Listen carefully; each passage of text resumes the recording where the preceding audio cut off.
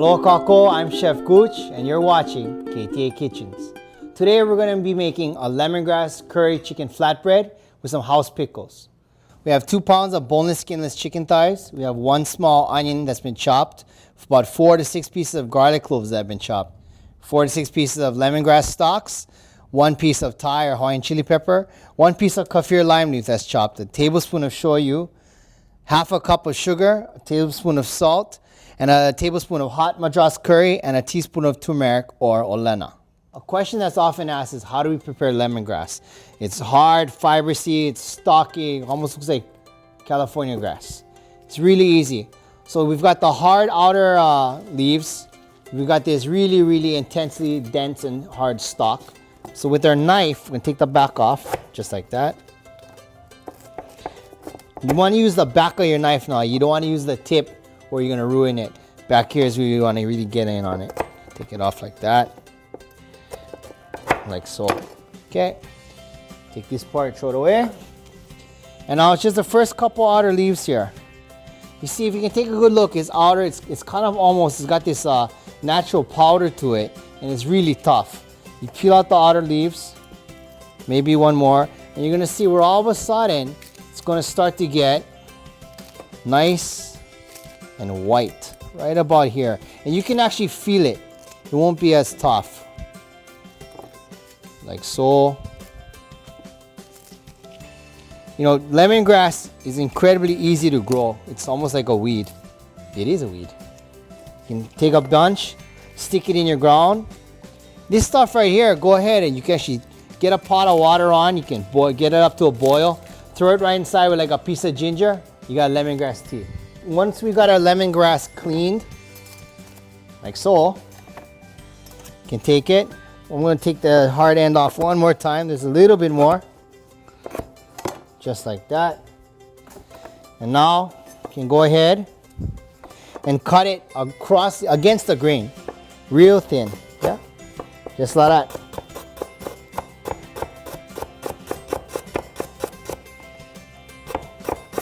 Once again, I'm using the back of my knife, so I'm not ruining the sharp front end of it. Against the grain so that when we throw it in the blender, it breaks apart real easy. And you know how far up to go because one, you'll feel your knife start to have a lot more resistance, and you can also hear it. Hear that? That's pop. Okay. The lemongrass. You can put that with the chili and the kaffir lime. Now we're gonna get all the ingredients, get it into our blender.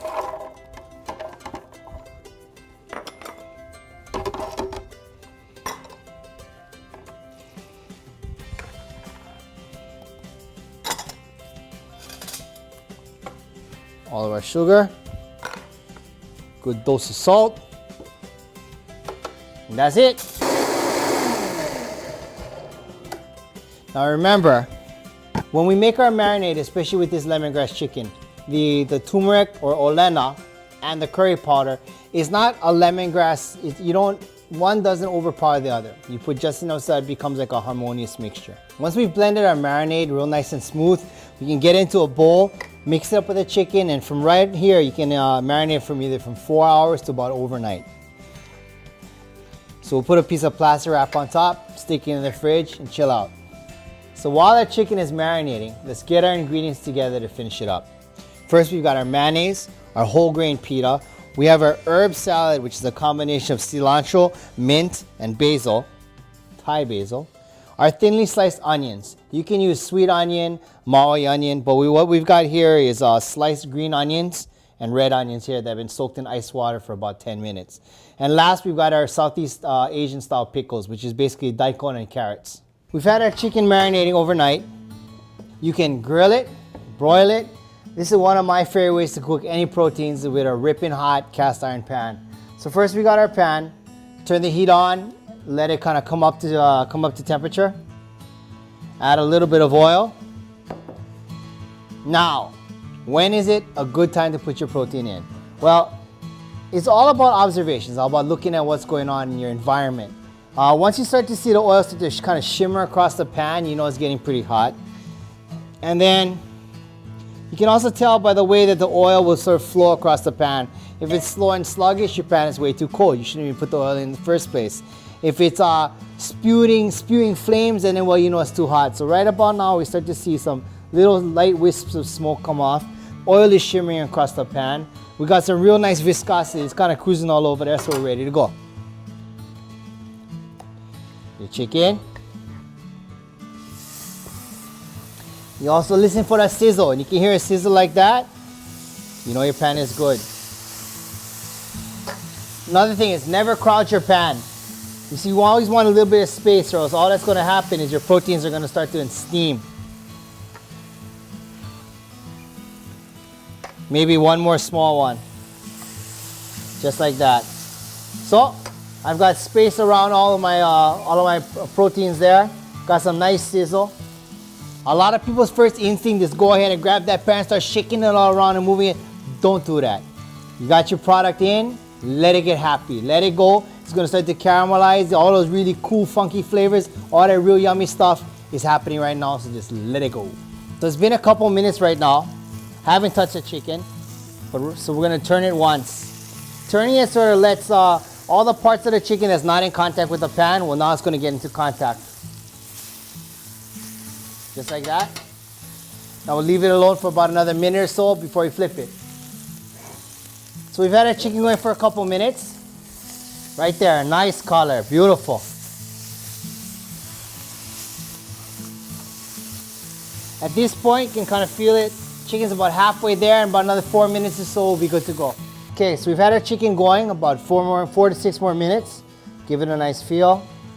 Make sure it's cooked all the way through. At this point, we'll just leave it and let it rest. Letting your meat rest is a really important part of cooking, because what it does is that the high heat forces like all the juices and all the moisture inside. When you take it off the pan, all the juices kind of need to redistribute through the protein again. So you need to let that muscle rest. You ever taken a steak, you're in pulehu steak, you take it off the grill, you throw it on your cutting board, you cut through it, and then it just bleeds out all over the place? It's because you never let them rest. So once we let our chicken rest, you just slice it up. And off to the side here, we've got our pita that's been toasting. All right, so to finish it up, a little bit of mayonnaise for moisture. And fat. Fat is your friend.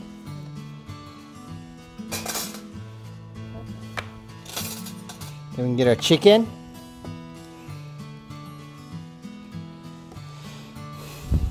And you know, best thing to drink with this is a cold beer. Can't go wrong. Ice cold. Real cold. Maybe 2. Okay.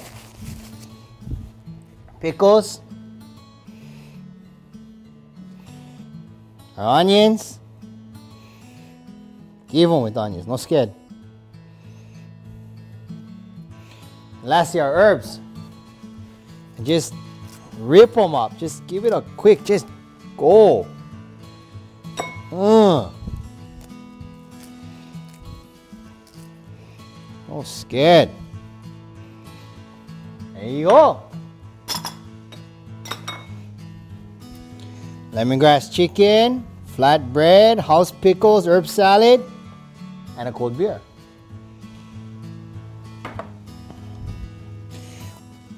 This is something that, you know, you can marinate it, can, you know, put it away, and everything can be done ahead of time. So come, you know, was it Monday Night Football or whatever, it's all easy to go.